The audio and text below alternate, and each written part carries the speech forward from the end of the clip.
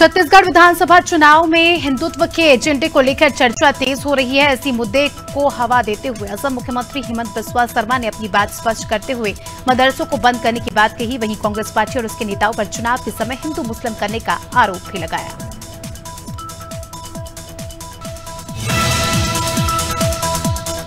आजमगढ़ जिले में मेरी माटी मेरा देश कार्यक्रम का आयोजन किया गया। इस कार्यक्रम में वीर शहीद और स्वतंत्रता संग्राम सेनानियों के परिजनों को सम्मानित भी किया गया। कृषि मंत्री सूर्य प्रताप शाही ने कहा कि देश की आजादी में प्रत्येक गांव के लोगों का योगदान रहा है। ऐसे में मिट्टी से एक शहीद वाटिका बनाई जा रही है।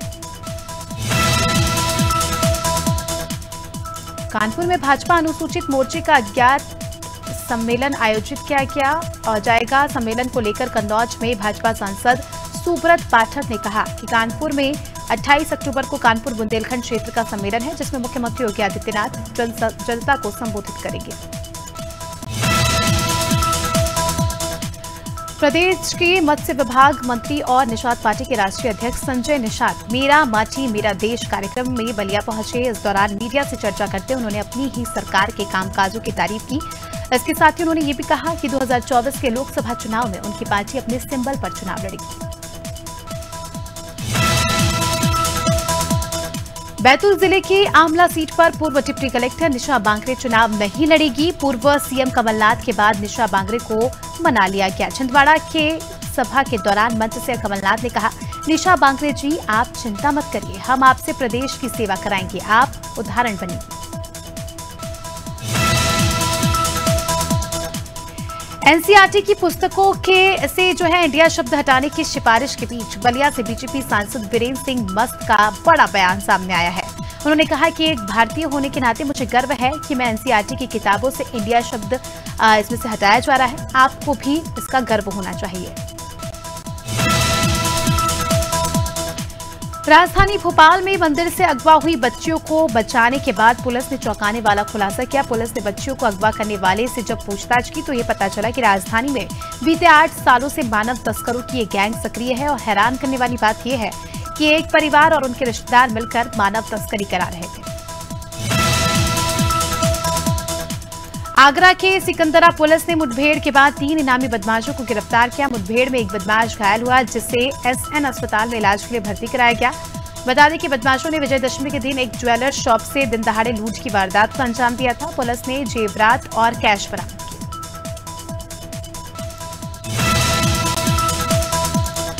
मिर्जापुर के बभनी गांव में विवेक सिंह हत्याकांड मामले में पुलिस ने मुठभेड़ के बाद मुख्य आरोपी अभिमन्यु को गिरफ्तार किया है। मुठभेड़ में घायल हुए मुख्य आरोपी को मंडली अस्पताल में भर्ती कराया गया। इसके अलावा पुलिस ने कुशियारा के जंगल से एक दूसरे आरोपी प्रशांत मिश्रा को गिरफ्तार किया, जबकि अन्य की तलाश जारी है।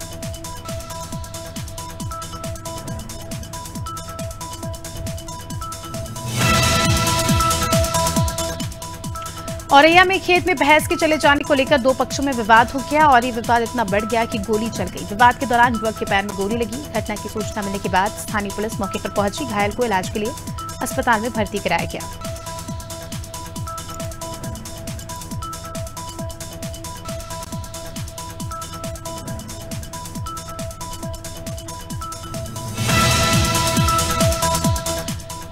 काकनवानी थाना प्रभारी तारा मंडलोई और उनकी टीम ने बड़ी कार्रवाई करते हुए लगभग 3 लाख की शराब बरामद की। कार से लाखों रुपए की 74 पेटी गोवा अंग्रेजी शराब पुलिस ने जब्त की। पुलिस फिलहाल आरोपियों से पूछताछ कर रही है। चुनाव के चलते पुलिस राज्य के बॉर्डर क्षेत्र में चेकिंग अभियान चला रही है। कन्नौज में पार्किंग के लिए जगह न मिलने पर ऑटो चालक ने गुस्से में सड़क किनारे गाड़ियां खड़ी कर दी और चक्का जाम कर दिया। आक्रोशित चालक बोले, पार्किंग की जगह पालिका की दुकानें बनी हुई है, सड़क पर खड़े हो तो पुलिस चालान काट देती है। जगह न मिलने पर पुलिस की प्रताड़ना से तंग आकर चक्का जाम किया।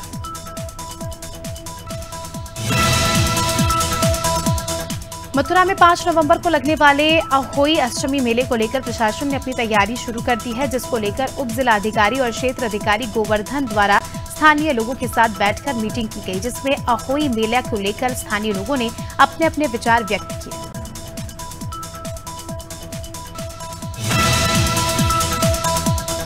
पीलीभीत में 5 दिन से लापता बैंक कर्मी के पहले कपड़े, बैग और मोबाइल मिले। उसके बाद बीती देर रात पूरनपुर नया ओवरब्रिज के पास गन्ने के खेत में बैंक कर्मी का शव मिला। पुलिस ने जब मृतक के बैंक खातों की तलाशी ली तो पुलिस को मृतक के खातों से उसी रात को हुए लेन देन की जानकारी हाथ लगी। पुलिस ने 7 आरोपियों को गिरफ्तार कर लिया। और राजनांदगांव जिले में आगामी विधानसभा निर्वाचन के मद्देनजर शांतिपूर्ण एवं निष्पक्ष मतदान संपन्न कराने के लिए पुलिस मुस्तैदी से काम कर रही है। पुलिस ने संगम चौकी तुलसीपुर में पिस्तौल लेकर घूम रहे आरोपी किशन साहू को गिरफ्तार किया। आरोपी के कब्जे से पुलिस ने एक देसी पिस्तौल और 2 नग जिंदा कारतूस जब्त किए। सीतापुर में नैमिषारण्य क्षेत्र के बेलहरी पुलिस चौकी के पास गन्ने के खेत में लाश मिली। ग्राम रामसाला के गन्ने के खेत में शव मिलने से क्षेत्र में सनसनी फैल गई। मृतक की पहचान संदीप के रूप में हुई है, जो भिकनापुर गांव का रहने वाला है। परिवार वालों का कहना है कि संदीप एक दिन पहले करीब 2 बजे घर से निकला था। पुलिस ने जब मामले में हत्या की आशंका जताई। खबर उन्नाव से है, जहां नशे में धुत पड़ोस के 4 लोगों ने युवक को लाठी डंडों से उसकी पिटाई करके उसको मौत के घाट उतार दिया। गांव में युवक की हत्या से हड़कंप मच गया। पुरानी रंजिश के चलते शराब के नशे में पड़ोस में रहने वाले 4 युवकों ने एक युवक को बेरहमी से पीटा। पुलिस ने अब तक कार्रवाई के दौरान हत्या में शामिल एक आरोपी को गिरफ्तार किया। और आदिवासी बाहुल्य झाबुआ जिले के थांदला थाने में 20 सालों से शासकीय जमीन पर चाय नाश्ते का ठेला लगाकर अपने परिवार चला रहे आदिवासी के साथ मारपीट और बदसलूकी का मामला सामने आया। बताया जा रहा है, आदिवासी परिवार के साथ थांदला के रहने वाले भंसाली परिवार के 5 लोगों ने मारपीट की।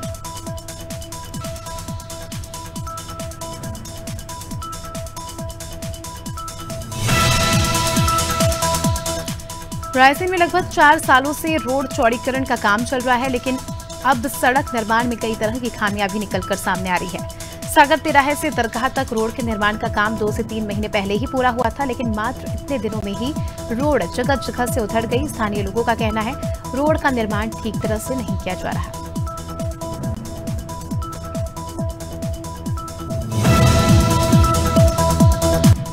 मिर्जापुर के जिगना थाना क्षेत्र के कन्नी भावा गांव में एक युवक की गोली मारकर हत्या कर दी गई। बता दें, जुआ के पड़ पर मिलगौर गांव के रहने वाले अजीत सिंह की हत्या कर दी गई। हमलावर पड़ोसी गांव के बताए गए।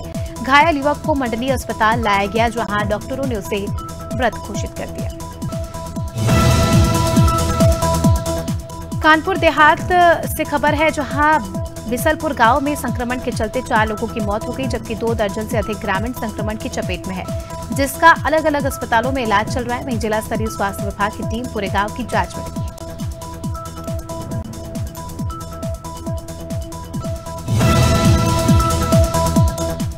प्रतापगढ़ से शर्मसार कर देने वाली घटना सामने आई है। यहां 3 दरिंदों ने नाबालिग के साथ गैंगरेप की वारदात को अंजाम दिया। किसी तरह आरोपियों के चंगुल से छूटकर घर पहुंची पीड़िता ने जब आप बीती घर वालों को बताई तो उनके पैरों तले जमीन खिसक गई। मामले की शिकायत के बाद पुलिस ने 3 लोगों के खिलाफ FIR दर्ज कर एक आरोपी को गिरफ्तार किया।